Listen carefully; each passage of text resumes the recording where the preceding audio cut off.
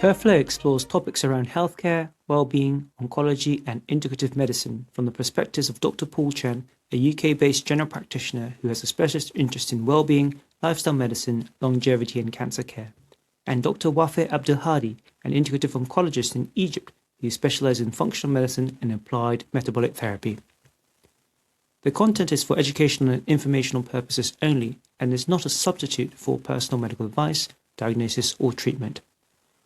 While we discuss evidence, professional experience, and reflective insights, listeners should always consult a qualified healthcare professional regarding any medical concerns or decisions about their health. Opinions expressed on the podcast are our own and do not replace guidance from your own healthcare providers. Every health journey is unique. We encourage listeners to take what resonates and seek support when needed. Right, welcome all. So this is the first episode of our new podcast, PerFlow. So welcome listeners. My name is Dr. Paul Chen. My co-host is Dr. Wafaa Abdel-Hadi, amazing doctor. And then we're going to talk a lot about essentially self-care. How do you make yourself the better version of yourself? But also wrapped around things like healthcare, things in terms of your ability to make those smart choices, to live better and in good health. And I think it's going to be an exciting podcast series with many seasons. And hopefully you will all join in on this fantastic journey with myself and Wafaa. But before that, I'd like Wafaa to introduce herself. Fire ahead. Thank you, Paul. I'm very excited to be part of our PerFlow podcast. And the most exciting thing about this, it is a medical education podcast that is created and edited by medical doctors. And that's what makes it unique. Talking about myself in brief, I'm a clinical oncologist from Qasr Aini School of Medicine in Cairo University. And by clinical oncologist, it involves all conventional treatment from chemotherapy to hormonal treatment, immunotherapy, and even radiotherapy. I also did that. I finished my master's degrees, and right when I was about to apply for my PhD, I got introduced to the realm of functional medicine, where I joined the Institute for Functional Medicine in the States, finished and got certified in less than 2 years, and I became the first certified functional medicine doctor in the Middle East. Functional medicine made me understand why I was so frustrated about my patients' response to treatment. Diving deep into root cause medicine made all the sense I needed to practice with a clear consciousness and intention. It also made sense to my creation of Aware Clinic back in 2014. I wanted patients to be aware about what's going on inside their body, to take charge of their health through their analyzing the patterns of their imbalances, trusting in the miracle of the human body to heal when given the right tools to survive and thrive, of course. So I've done a lot of things, but it will take days to talk about it. But let's just go through knowing who is the amazing Dr. Paul on the other side. Not sure about the word amazing, but thank you for that. And amazing you are indeed. So my background. So I've came into medicine quite late. So I used to be a biochemist. Did my undergraduate in Oxford, and then did a PhD in cancer immunology. So I'm always a bit envious of Wafaa being in the clinical sector, but I've always had a soft spot, if that's the right word, to trying to help patients, particularly on their cancer journey. But as part of having done a PhD and then a postdoc afterwards, I then went to medicine in the hope of either becoming a clinical oncologist or a medical oncologist, a bit like Wafaa. And I sort of pivoted during my junior doctor training because I felt that rather than helping patients on the latter end of the journey, and kudos to all those oncologists who do that, I thought I could perhaps focus my attention and delve the needle to the far left about prevention, lifestyle medicine, with also a cancer hat on. And so I then became a general practitioner, hoping initially to perhaps work in the interface between primary care and secondary care. So that's general practice and hospital medicine, for those who may not know. And with that, one of the goals is to be able to set up a cancer wellbeing centre down the line. But of course, Wafaa and I have formed a partnership. We've got our fantastic editor, Elliot, later, who would introduce as well. But with this, I think what I've come to understand is that cancer is very unique in so much as it's one of the chronic diseases of aging. as a GP, I'm faced with a lot of reactive healthcare, and I've always been quite frustrated with the fact that we're sort of coming at it at the wrong end of the spectrum. We should be actually focusing on lifestyle medicine, prevention, but also the idea about patient empowerment and also responsibility of the individual. And I think this podcast serves that purpose, or hopefully will serve that purpose in empowering you as the listener to then take those good steps and smarter choices to live better in better health, essentially. We're going to take a deeper dive of the structure of the podcast, but before I do so, can I introduce Dr. Elliot Alien, who's our editor?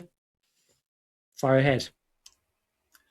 I mean, like both of you, I'm so excited to kind of be part of what is such an amazing project to help empower everyone, not just patients, everyone to kind of help live them a healthier, happier, longer life. In terms of my background, very briefly, I'm a GP trainee, so general practice trainee. I graduated from the University of Southampton back in 2022. And the reason I'm a part of this, the reason I want to be a general practitioner is because of my interest in helping prevent and manage the onset of non-communicable diseases. But I won't bore you too much with myself. It's all about Paul and Wafaa here. So I'll let you guys talk a bit more about what it is we're doing and how we're planning to help our listeners. Thanks, Elliot. Yeah, I think we've got a fantastic team here. And the podcast basically seeks to challenge conventional health narratives as prevention is the key.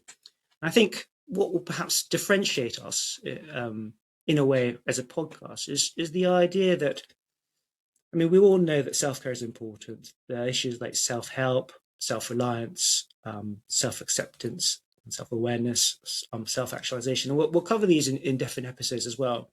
But I think one really big take-home message for today's purpose is that we've become in a nation where we are so focused on genetics.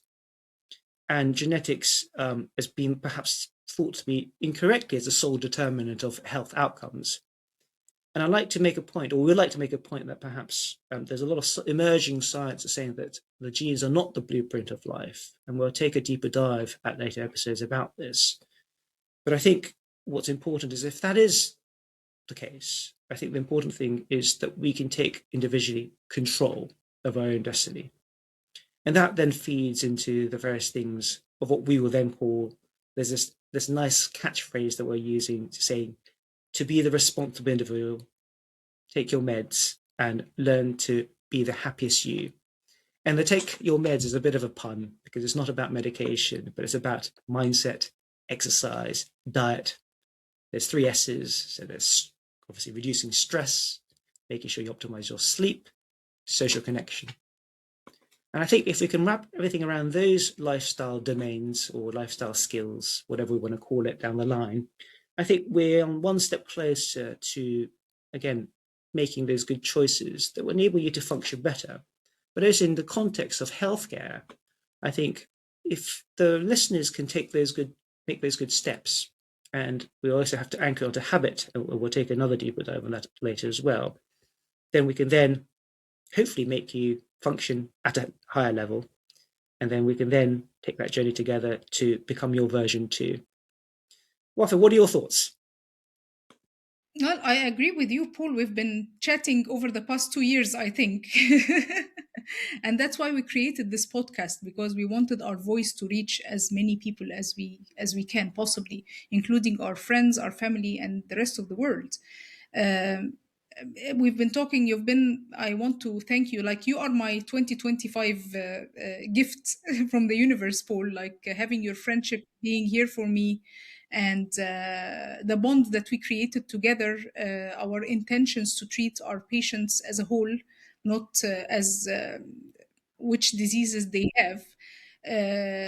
You inspire me to go forward. And like you remember when we talked about creating like a newsletter or emails, etc., but the most joyful thing in life is the power of your voice, where it vibrates and sends good energy when you speak, especially when you are passionate about what you're talking about, like me as an integrative oncologist, or you as, like, I wish all GPs would be like you and Elliot, because what you and Elliot are doing you are providing awareness. If someone is aware about what's going on in their body, there will be more they will be an active participant in their health journey.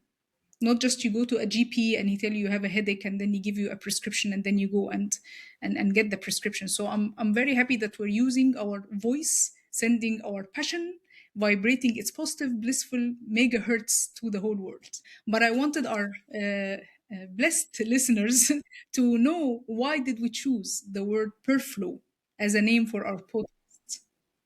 That's an excellent question. So I think where it came from is we often talk about, when we talk about holistic care, we want to treat and manage body, mind, and soul. And of course, as a GP, I'm in the longevity space as well, we often cater to the body. Some of us will also cater to the mind as well, perhaps not on the soul bit to the extent of it's not really our field per se. But I think also what's important to note is that there are aspects of personal growth and development that are equally important, at least I believe, in getting to you to make better choices, but also upgrading yourself. And with personal growth and development, initially I thought it would be quite useful to also sort of stick in the word soul in it without any spiritual connotations to it. And I was thinking, could there be a word that could be substituted for that? And the closest I could find was the word flow. And so the PerFlow actually stands for personal growth and development and flow. And the idea is that that may then hopefully lean into you as the listener to making those better choices and smarter choices. And I think what's also important through these podcasts is it sort of also builds into the idea of and the importance of habit formation. And often when I see patients, I often talk about the fact that habit formation is about optimizing your good habits, acquiring new and better habits, and the hardest of all, and that includes myself, Wafaa and Elliot as well, is to reducing those bad habits. And I think with that, we then need to incentivize those new actions, and putting those thoughts in actions are usually the hard bit, and then normalizing it, and then perhaps even gamifying it. So it might be that sometimes in Oxford we have our university parks. It might be that you go to the university parks to do your 10,000 steps, whatever it is. I think that the science is between 6,000 to 10,000 now. Or it might be that you want to make sure the optimize your sleep. And that's something that I need to teach myself to optimize as well. I think it's those ideas of how do you make those small changes that make a subsequent difference. And it sort of boils down to habit formation. But I think it is a difficult one. And hopefully, as you listen to this podcast, you'll find that this will work out. So in terms of the structure, and obviously I'll pass it on to Wafaa as well, but broadly speaking, what we'll do is that perhaps as a GP, I'll essentially be the patient advocate, of course, with the expert knowledge as a general practitioner as well, to try to ask the salient questions to Wafaa, and Wafaa vice versa as well, in relation to the life domains, and also in terms of healthcare staff, general practice, integrative oncology, self-care, self-help, those sorts of things. Hopefully Wafaa will comment from her angle. We'll have some take-home messages.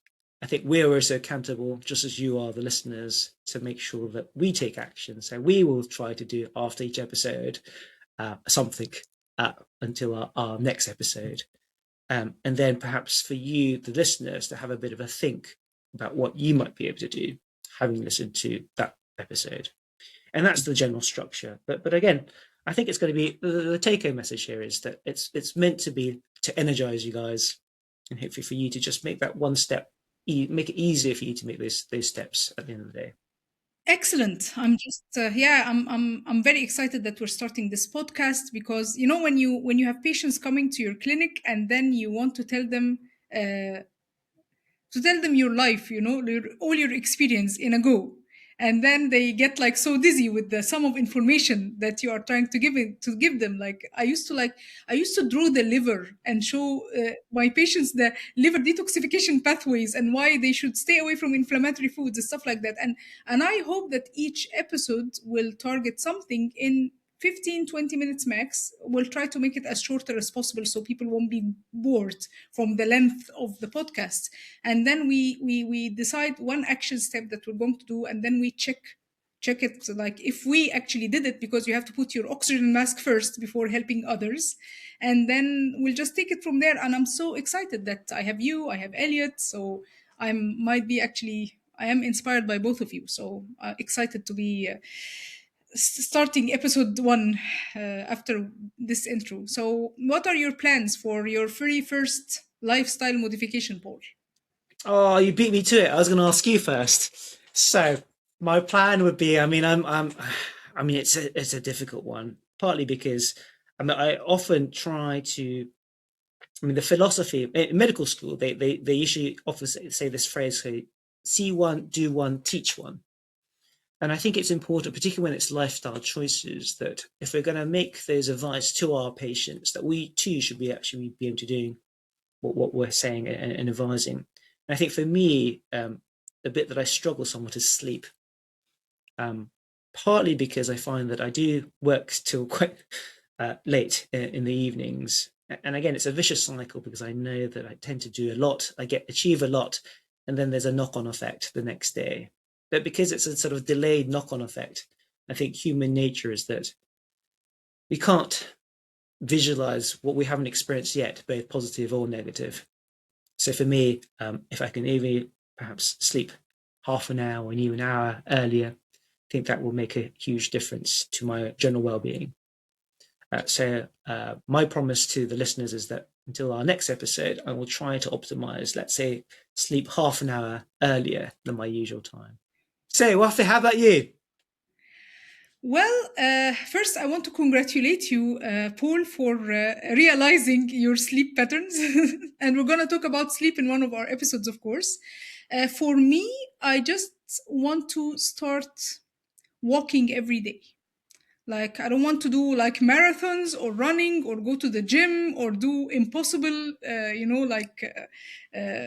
goals. What I want to do is that I want to wake up in the morning, drop the kids to school, and then I go walking for maybe 45 minutes, listening to our podcast or any other podcast that I would love to listen to, and just make it a habit. Breathe, walk in nature. If I'm able to do that every day nonstop, let it like sunshine or rain, I would be very happy about myself. So, what about you, Elliot? We have to know. I think for me, as Paul was saying, social connection is such an important thing. So I'm going to make a conscious effort to get out and see people more, spend more time with loved ones. So actually, after this recording, I'm planning to go out for coffee with my mum. So I'm going to go and do that, and I'm going to be present, and I'm going to create more plans for us and myself and my friends in the future. This is beautiful. This actually nourishes the soul. You know, the social connection that we have barely lost it at the era of COVID. So we need to actually reconnect with everyone. Absolutely. So on that note, I think listeners, your turn. So if you can think of one thing that you might be able to do before our next episode 1, I think that's a good start. But I think for today, we will call it a day, and we will look forward to seeing you in the next episode. Bye for now. Au revoir. À la prochaine.